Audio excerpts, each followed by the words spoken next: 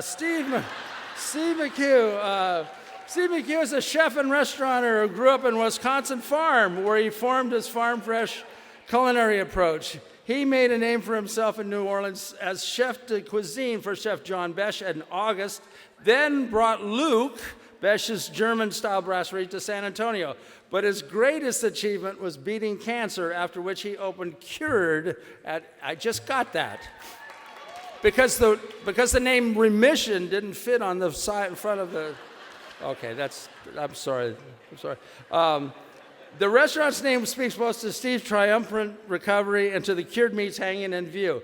Cured was one of Bon Appetit's top 50 in America's Best New Restaurants 2014, and one of Esquire's 6 runner-ups for the 2014 Food and Drink Awards. And just from an informal poll of my friends, Cured was named the best restaurant ever made in the history of mankind. So let's please bring up Steve McHugh. I'm really sorry.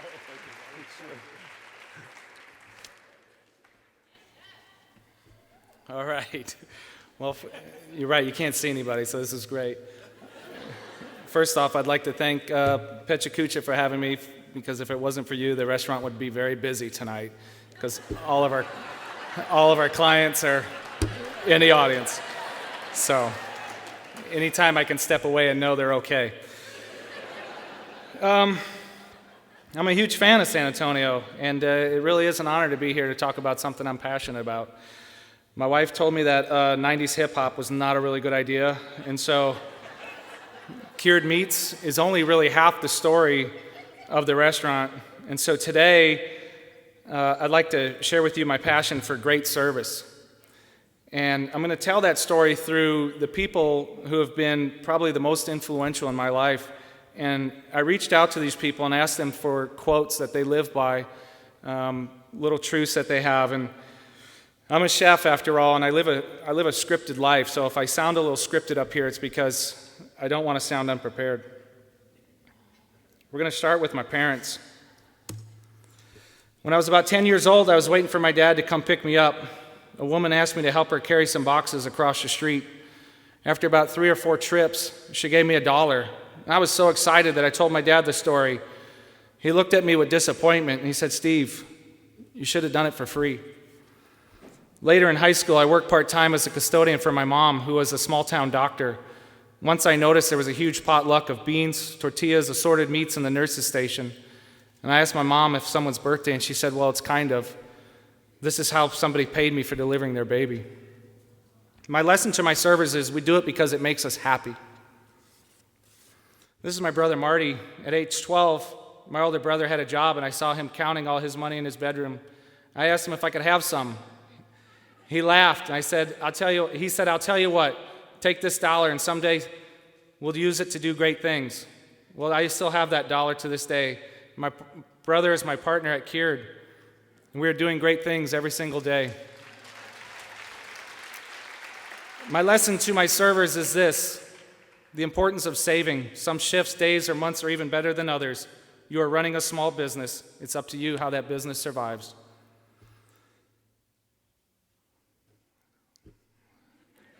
Bobby Rodriguez. If you look at this picture, we're ice carving, one of the many useless things they teach you in culinary school. If you look at that jacket, though, you know I truly do love the 90s. But seriously, Robert and I have known each other for 20 years, and he's usually the first person you see when you walk into the restaurant. It's not me, it's not Sylvia, it's not even my accountant brother, but Robert. He's there because he represents us, he understands our vision, and it trickles down from there. My lesson to my servers is this: surround yourself with people who are like you, that have the same high standards when it comes to service. This is Chris Brown. Look at that hat. I couldn't help but not plug Cured a little bit. Chris is one of the first chefs I ever worked for. When I was 20 years old living in New Orleans, I once overslept my 2 p.m. shift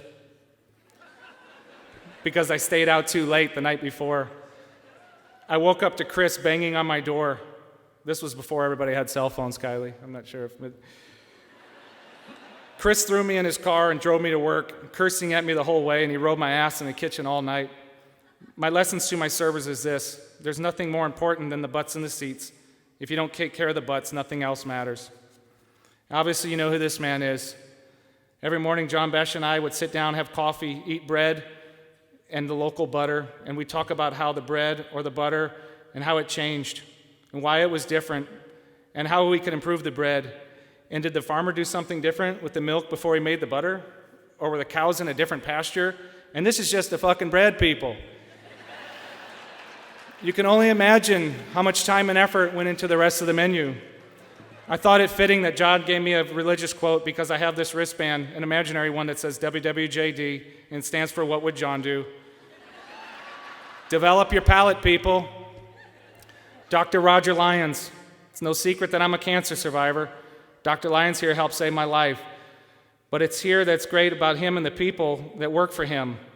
When you show up, the nurses walk you from the waiting room and they take you to where you have your blood drawn, and then they'll walk you to your exam room. And when you're done, that nurse walks you to scheduling. And when I have to go to accounting to talk about my bill, that sweet woman who wants my money gets up from behind her desk and gives me a hug and asks me how things are going. My lessons to my servers is this: create an environment that is inviting for your guests. If an oncologist can do it, we sure as hell can. Johnny Hernandez, a true friend in every sense of the word. I heard of him long before I ever moved to this town, and he's one of the main reasons there's a cure today. Christ, I don't know why the hell he's not up here.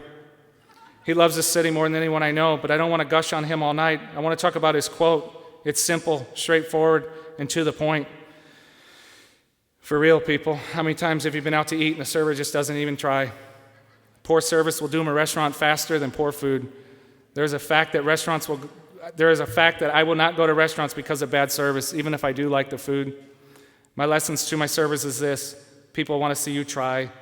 Most people can forgive a mistake. Ken Halliday. Ken is one of the main guys over at Pearl. And when we started talking about Cured, he asked me about menu and concept and even logo. But besides everyday restaurant stuff, he wanted to know about me, the person, where I was, how did I get from here. He's become a mentor over several short years. I love Ken's quote because it stresses the importance of learning. We have pre-shifts twice a day with our staff. They taste something from the kitchen and usually have a wine or a beer. We discuss where someone might have eaten lately and what they did or did not like about that experience. My lesson to my servers is always be learning. Keep that thirst for knowledge.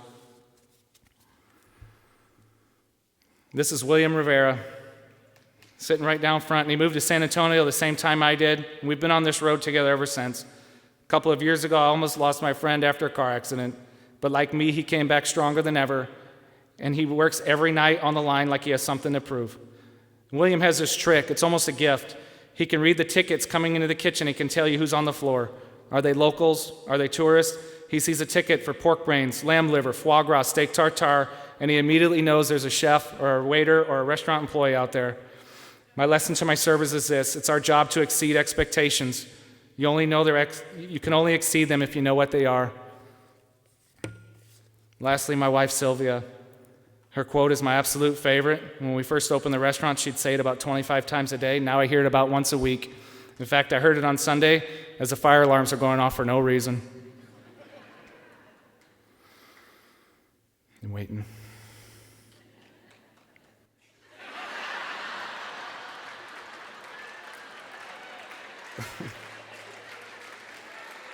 You're not alone in this world.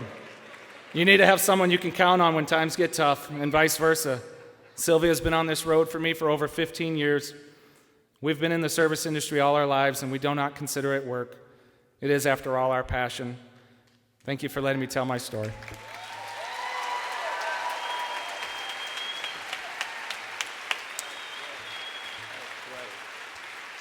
Wow, thank you, Steve. I've never seen a PechaKucha presentation that deferred so much from themselves. You gave everybody credit but yourself. You have to understand that you're the one that put this together. So it's very, let's go drink. Very humbling. Let's go drink. Yeah, let's all go to Cured. Is it still open? Yeah, it's still. The 10 o'clock rush is about to happen, I think.